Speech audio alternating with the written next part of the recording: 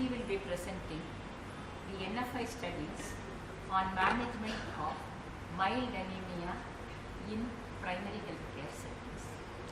Thank you, Dr. Prema, for those kind words and for giving me this opportunity.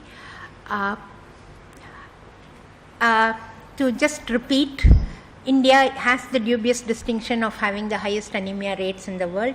Anemia was recognized as a major public health problem, especially in pregnancy, leading to high maternal morbidity and mortality, low birth weight and high infant mortality. And studies in the 60s and 70s had shown that anemia in pregnancy was mainly due to deficiency of iron and folic acid. National prophylaxis program for anemia was initiated in the 70s, aimed at providing 60 milligrams of elemental iron and 500 micrograms of folic acid supplementation during pregnancy to all pregnant women. While there has been some improvement in coverage under the program, even now coverage is not very good. One of the reasons thought for the tardy decline in anemia was the low coverage and compliance with oral iron and folic acid supplementation. An ICMR evaluation which undertaken showed that even among those women who took the 90 tablets of IFA as envisaged in the National Anemia Prophylaxis Program, this only prevented deterioration in hemoglobin during pregnancy. It did not result in any improvement in hemoglobin level or any reduction in anemia. Taking cognizance of these findings, the National Program for Control of Anemia was initiated in 1990. This aimed at screening of all pregnant women, providing screening with hemoglobin, providing 100 milligrams of elemental iron and 500 micrograms of folic acid once a day to all pregnant women found to be non-anemic. With the initial screening, if hemoglobin is above 11 grams or above, they get one tablet. If on the other hand it is below 11 grams, they get 100 milligrams of elemental iron and 500 micrograms of folic acid twice a day. But what happened was screening for anemia and providing appropriate dosage of iron and folic acid did not really get operationalized, mainly because of lack of facilities to accurately estimate hemoglobin at the primary health care and community settings. The National Iron Plus initiative continued the strategy of screening for anemia, providing 100 milligrams of elemental iron and 500 micrograms of folic acid once a day to all non-anemic pregnant women, and provide the same dose but provided twice a day to all pregnant women with mild anemia. In the last decade or so, there has been improvement in the coverage under screening for anemia, but in most states, majority of women received only 100 milligrams of elemental iron and 500 micrograms of folic acid. As Dr. Prema mentioned, the DLHS comparison between DLHS 2, which was undertaken in 2002, and DLHS 4 and AHS, which was undertaken in different parts of the country in 2013-14, showed that there was significant improvement in mean hemoglobin and reduction in prevalence of anemia. The mild anemia is the most common grade of anemia in pregnant women, and nearly 50% of all pregnant women across states have mild anemia. It is therefore essential to focus on successfully treating mild anemia in pregnant women. During the last decade, studies on anemia in pregnancy had shown that iron supplementation at 100 milligrams level is associated with side effects in over a third of persons consuming the tablets. The troublesome minor side effects include nausea, metallic taste in the tongue, abdominal cramps, sometimes diarrhea, sometimes constipation. With increase in duration of use, proportion of persons who complain of side effects shows some decrease. This could be either because those who are facing serious problems drop out, or with increasing duration of use, some amount of side effects decreased. In pregnancy, because of the very prolonged nutrition education which has been going on for decades, the compliance and continuation rates with iron supplementation are higher than in any other group. This is because of the nutrition education on adverse consequences of anemia on the mother-child diet and how IFA supplementation will improve hemoglobin and obstetric outcome. Side effects with anemia depend partly on the dose of the iron consumed. With lower dosage, side effects and compliance may improve. Yet another reason for efforts to achieve the lowest effective dose of iron is that intestinal hurry associated with iron as well as the higher hepcidin levels associated with higher dose of iron will inhibit iron absorption. So we might not really gain by giving a higher amount of oral iron, because whatever we give is going to get excreted. That's not the aim. Research studies have explored the prevalence of iron, folic acid and B12 deficiencies in pregnant women with and without anemia. As Dr. Prema mentioned, iron deficiency is the most common nutrient deficiency in pregnant women. In the last century, folic acid ranked next to iron deficiency. In some studies, however, shown that folic acid deficiency is no longer widely prevalent and have highlighted the emergence of B12 deficiency as a major problem.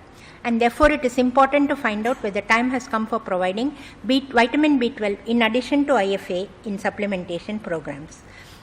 The two major research questions regarding treatment of mild anemia addressed in this study in pregnancy is: what is the dose of iron needed to correct mild iron deficiency anemia in pregnant women?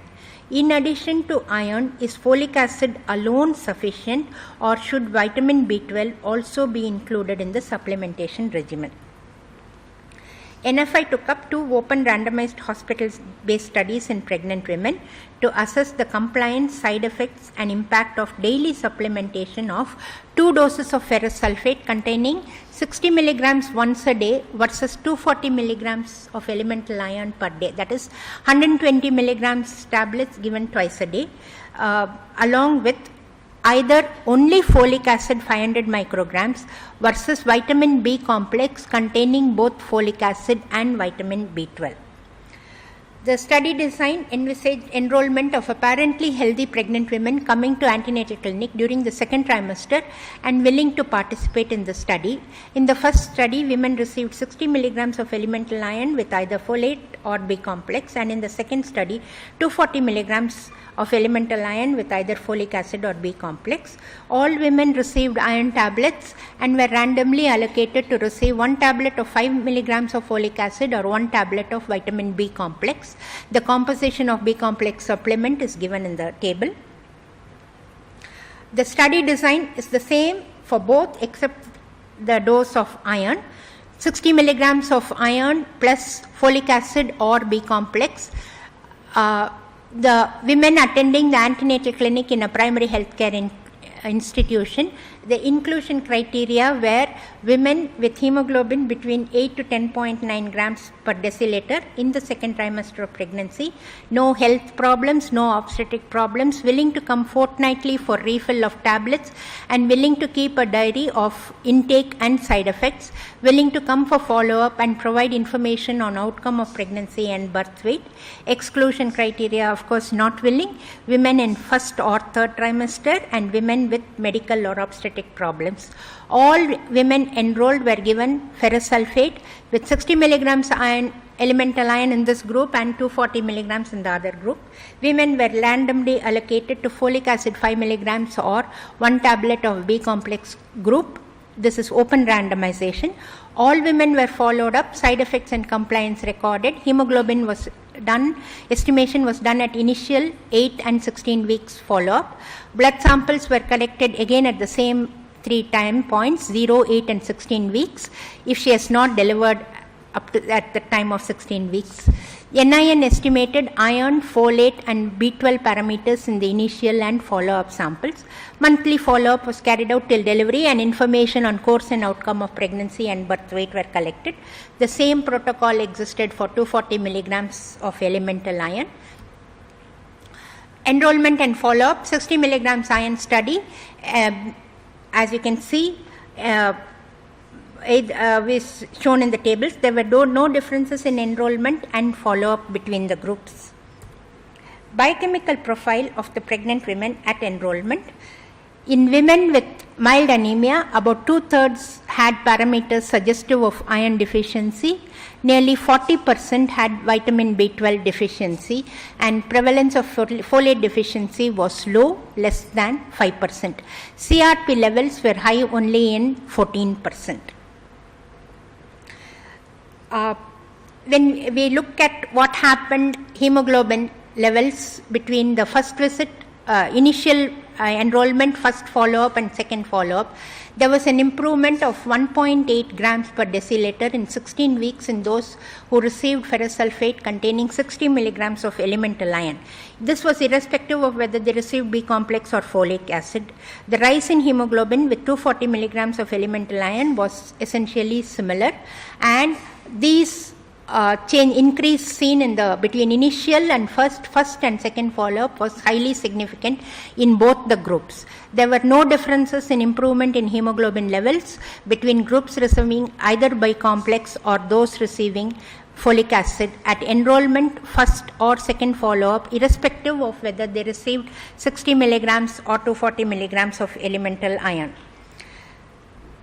Supplementation with either 60 or 240 milligrams of elemental iron resulted in significant reduction in the prevalence of anemia by 8 weeks, and by 16 weeks over 70% of women had become non-anemic.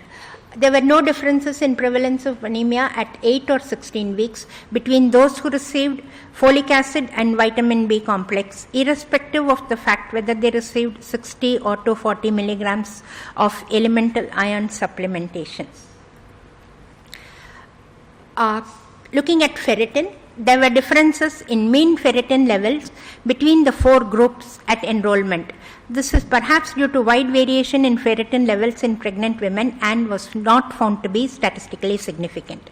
There was substantial statistically significant improvement in ferritin levels between enrollment and 8 weeks, both in the 60 and 240 milligram groups. The difference in ferritin levels between 8 weeks and 16 weeks were relatively small but statistically significant both in 60 and 240 milligram groups.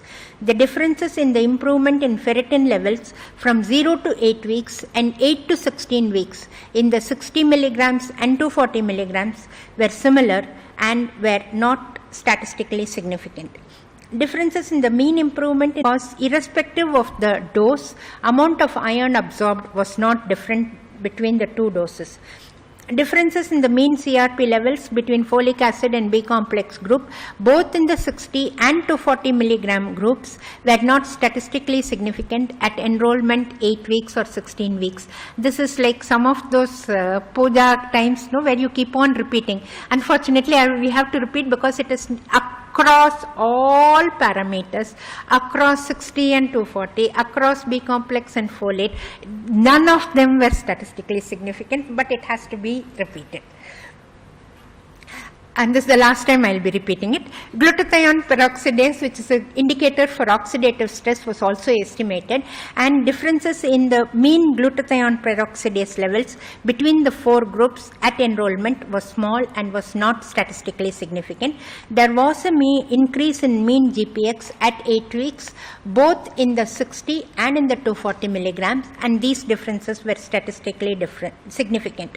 Difference in mean GPX at 8 weeks versus 16 weeks were not statistically significant either in the 60 or 240 milligram groups, and therefore the fear that higher dosage of iron will be associated with oxidative stress is again not borne out by the data.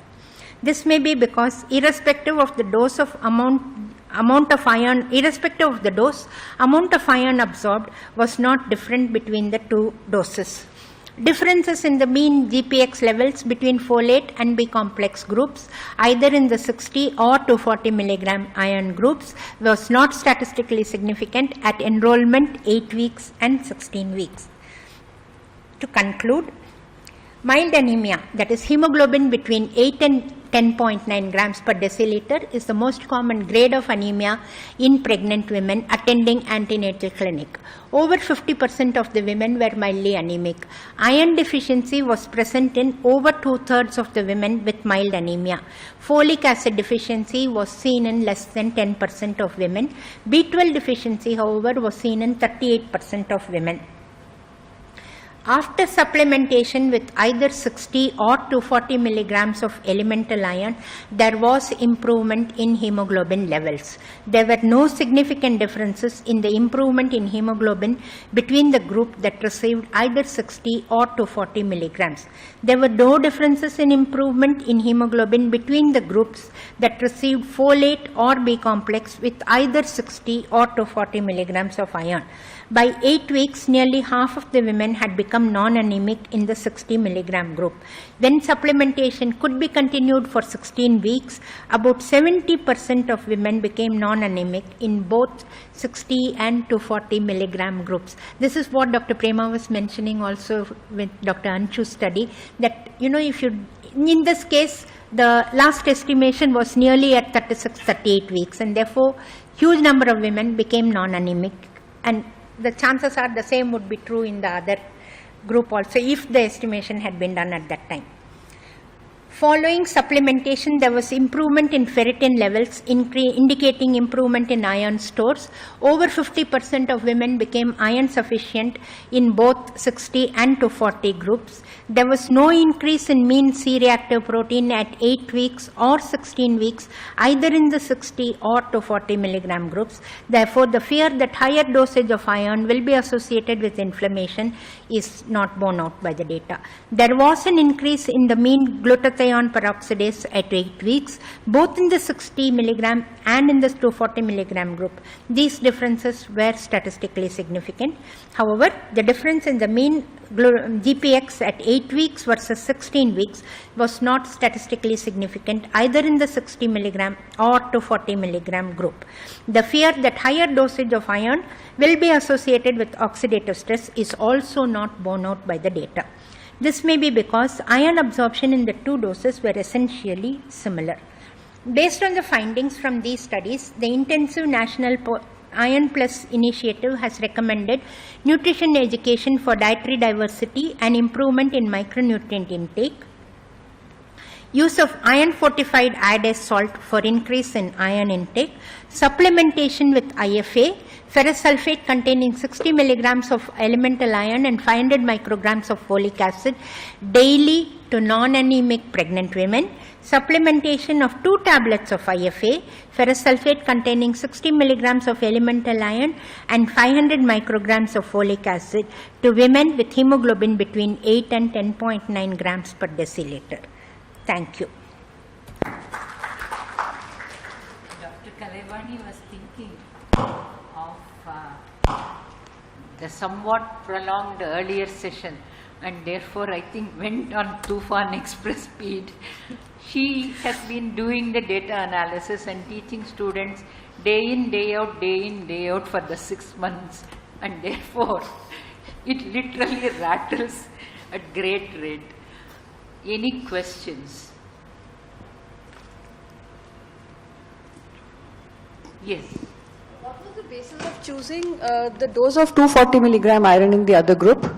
Highest dose that was ever attempted in Ramalinga Swami study, WHO study in 1973 was 240.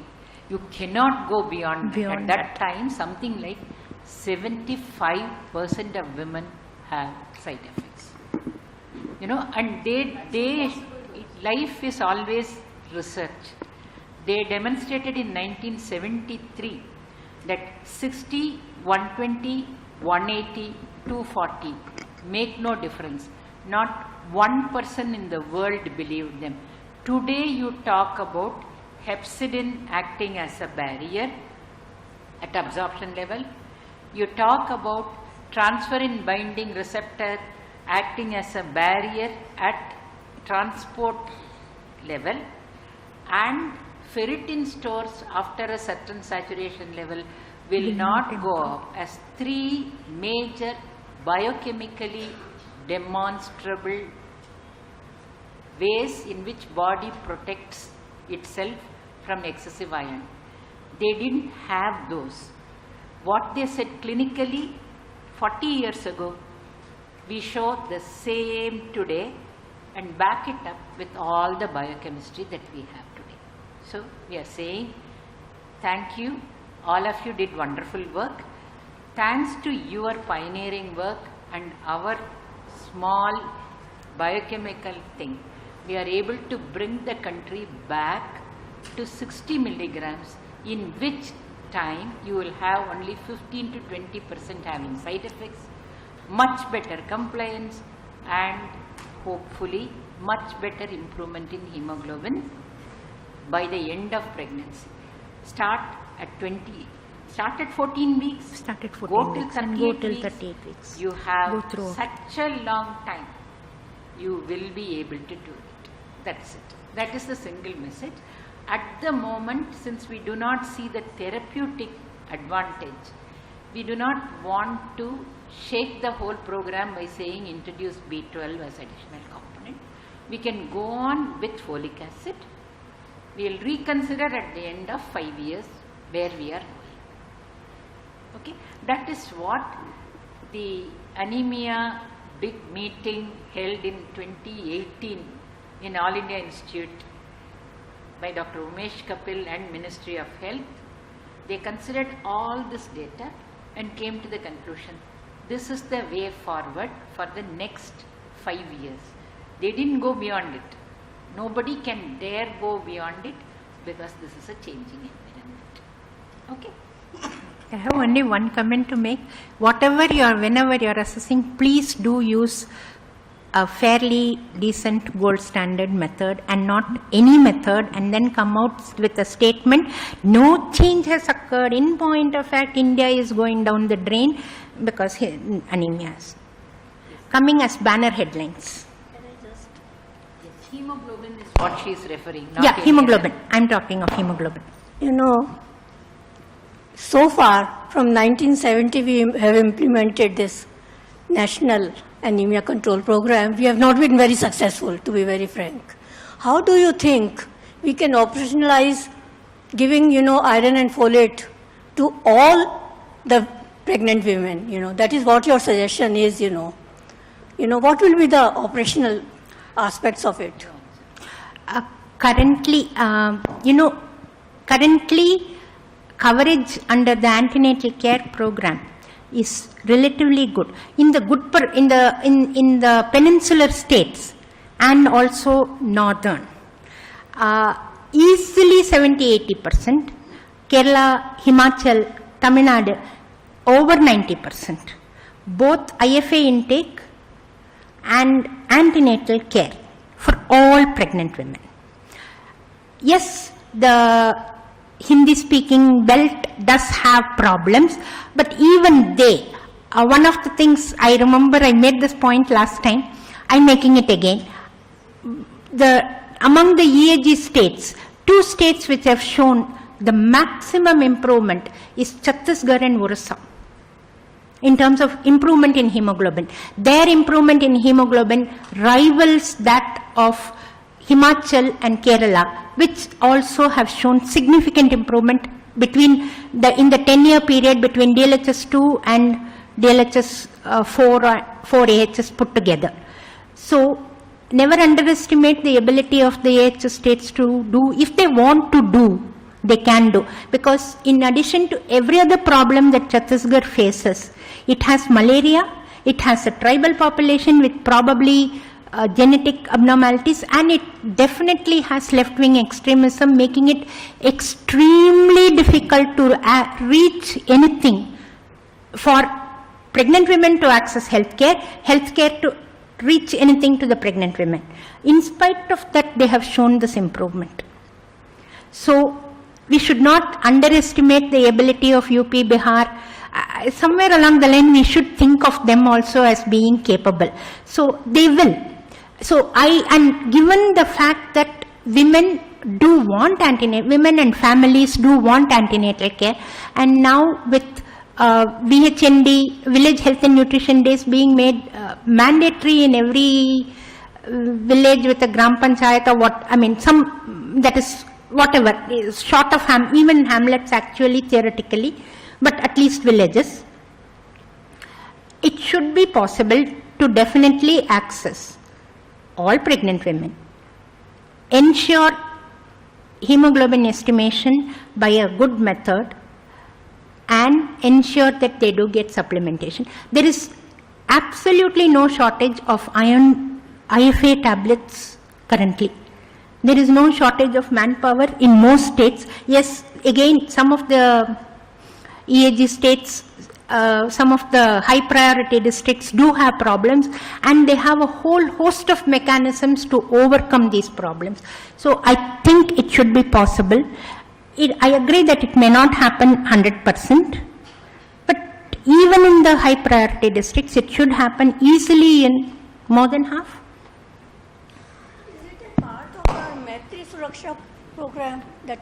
Sorry? Yeah, that also is there. 9th of every month. Is it there? Yeah, that's also there. I would like Maitri to Suraksha. add one small additional point to what Dr. Kalaivani spoke. Chhattisgarh owes its improvement in hemoglobin Yes, to double to fortified one salt. doctor who happened to be the health secretary, who against all opposition from everybody, top to bottom, in 2001 introduced double fortified salt at the cost of 50 paisa across districts. And even when he got transferred, for the next 7.5 years, the program ran PDS based 50 paisa double fortified salt. So that shows what double fortified salt can achieve, and also what a dedicated, knowledgeable doctor can achieve as a bureaucrat, what we as doctors cannot achieve. The second, Orissa had a successful malaria elimination campaign in bits and pieces for a large number of years between 2002 and 2015. I'm not saying it was a continuously good program, but there were, you know, really terrific impacts in the bits. So, good malaria control, like Dr. Saxena was saying, can also bring down anemia at all levels. There is multiple ways. If we strive together, there is nothing that we cannot achieve. I think we will leave Vani for the time being. I am asking you